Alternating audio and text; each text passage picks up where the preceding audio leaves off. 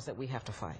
I think the preeminent issue of the moment is obviously how are Congress and the President going to be able to work together to avert the fiscal calamity, fiscal cliff. What do you see happening here? What are you telling your constituents, businesses, families to do to prepare? I don't know that you can prepare. I think that there are probably two things that people need to prepare for. One is that the extension of the unemployment benefits probably will not make it out of the fiscal cliff, which means that that's going to revert back to the states to determine how many weeks you can actually receive in unemployment benefits. I do believe that there are going to be some cuts to things like Head Start and to food stamps, not as significant as I believe that people want, the $16 billion amount, but there will be cuts. I think that people also have to realize that as we talk about the payroll tax, which everybody wants to keep, that is robbing money from the Social Security Trust Fund. And we have to start to find a way to replenish those funds. So I don't know what's going to happen, but what I do believe is going to happen is that there will at least be some pathway, some roadmap to get us on a trajectory of getting to zero on this budget. Would you be willing to consider reinstating the Social Security tax rates? Absolutely. If we really are going to be serious about this, then you got to realize I come from being a mayor where we were forced by law to balance budgets. And so what we have done as a country is really not taken the time to determine what our priorities are, Tom. When you prioritize, then you can decide what things you can cut. If you just say, let's just make it easy and cut across the board, you make mistakes. So what we need to do is determine if it is more important for us to make sure that our people have health care or to make sure that we save people $1,000 a year on a payroll tax, which most people, to be perfectly honest, didn't even realize they had. You take $10, $20 out of every paycheck, most people didn't realize they had it. And so I'm not suggesting that I want to raise people's taxes at this time, but if we're serious about it, we need to look at all the tax cuts. We need to look at the Bush tax cuts. We need to look at the loopholes. We need to look at the payroll tax cut. We really need to go back to saying, I know it's a difficult time, but let's be serious. Where do we get these funds from? But you sense that there's a commitment to come up with some sort of perhaps a temporary solution to not have the January 1st nightmare? I do.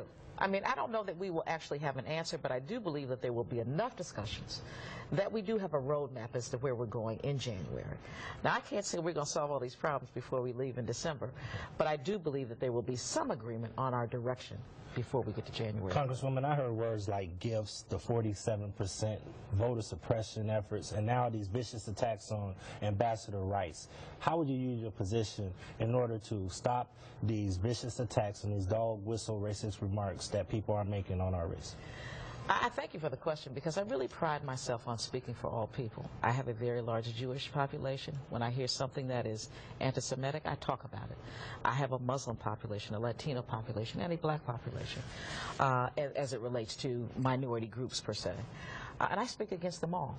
And this issue with Susan Rice is clearly a sexist and racist issue. In my opinion, all you have to do is listen to the sound bites. How do you say that a Rhodes Scholar is not qualified? And let me just take it a step further. We laugh and talk about people like Michelle Bachmann or Sarah Palin. We say that they're not intelligent. They obviously are intelligent. You may not agree with what they say, but they're intelligent. But they only say it about women. They only say that women are not fit. I mean, Todd Aiken and Murdoch said some of the most disgusting, reprehensible things I've ever heard. No one said they weren't qualified. No one said they weren't intelligent. What they said was, you should take it back. You believe she's qualified to be a possible Secretary of State? There is no doubt in my mind. Now, I don't know if the President will select her, and I'm not suggesting that he does. But clearly you cannot attack her on not being qualified. It's nothing different, Tom, than when they were calling the President lazy. They were saying, I mean, somebody said he was shucking and jiving. Someone said that he was not fit to lead. The same thing. Do you see any chance of Northeast Ohio getting any extra wink-wink consideration from the President now because of its prominent role in his successful As soon as I sit down with him, hopefully within the next week or so, I intend to answer that very question. This is one of the perks of your job. No CBC, you get his ear. That is correct. Kevin. And that will be in your opening remarks. My opening remarks. You better release it, Kevin. Treasury Secretary Tim Geithner said the other day that we probably just shouldn't have a debt ceiling, and I'm just curious, good idea, bad idea, something that needs some thought? I would really like to think about it, but I think we do. I think it's no different than the limit on your credit card. And that's basically what a debt ceiling is. I would hate to have a car where I could just charge endlessly and never have to worry about the consequences down the road. So I do think we need a debt ceiling. Briefly, you and Congresswoman Fudge introduced a piece of legislation earlier this year. There was a lot of enthusiasm for. I think there was some bipartisan support. A way to help cities get funding without increasing the national debt to help them pay to demolish abandoned buildings.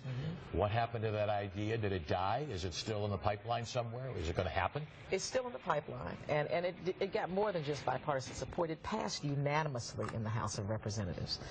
It is still in the pipeline. We're trying to get it in the omnibus before the end of the year. If it does not, I will reintroduce the legislation next year, and I'm hoping that Mr. Joyce will join me in Steve's place. Steve was a great partner. He was great doing heavy lifting. Absolutely. Okay. We are out of time. Congresswoman Marcia Fudge, thank you very much for your thoughts on your new job and the new Congress.